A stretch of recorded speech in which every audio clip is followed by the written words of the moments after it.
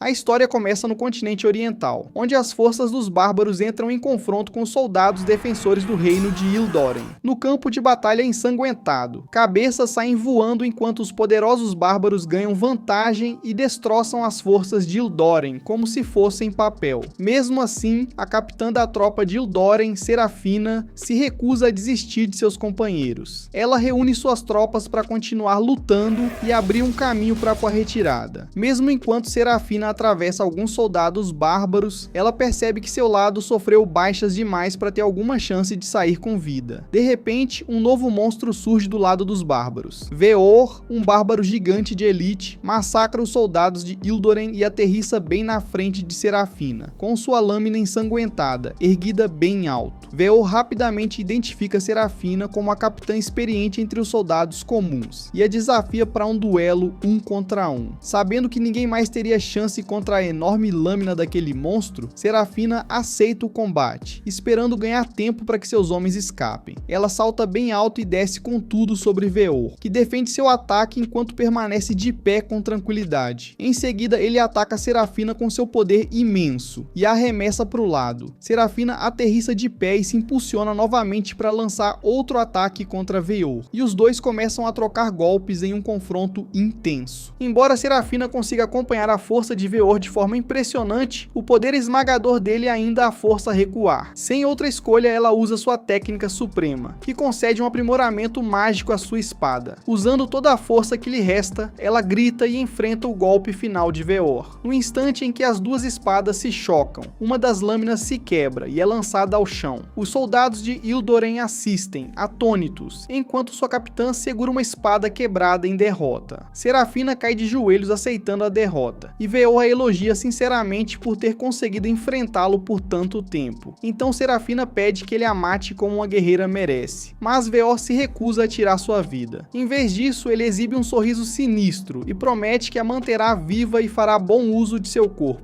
Após esse aviso ominoso, Serafina perde a consciência e desperta em uma cela de prisão escura, vestindo um trapo sujo e presa por correntes pesadas. Chocada, ela olha ao redor e tenta se situar por um momento. Então, finalmente, ela se lembra de que foi derrotada pelos bárbaros, e agora é sua prisioneira. Ao recordar o último aviso de Veor, Serafina fica apavorada, imaginando que tipo de tortura os bárbaros irão infligir a ela. Ela se pergunta se será usada como escrava ou se será submetida a uma dor imensa para entretenimento. No fim, o pensamento mais assustador surge em sua mente, e ela se pergunta se Veor pretende usar seu corpo como mulher. Como Serafina ainda é uma jovem nobre solteira, a ideia de um bárbaro brutal macular seu corpo puro a mergulha em profunda angústia. Então, Serafina também percebe que seus pobres companheiros ainda estavam cercados por bárbaros depois que ela foi nocauteada. Pensando que todos foram massacrados ou capturados assim como ela, sente uma onda esmagadora de desespero. No fim, ela se preocupa principalmente com as pessoas comuns de seu reino, já que sem as terras do leste, suas colheitas continuarão morrendo, sem terra para plantar. Todos esses arrependimentos fazem a experiente capitã cair em lágrimas.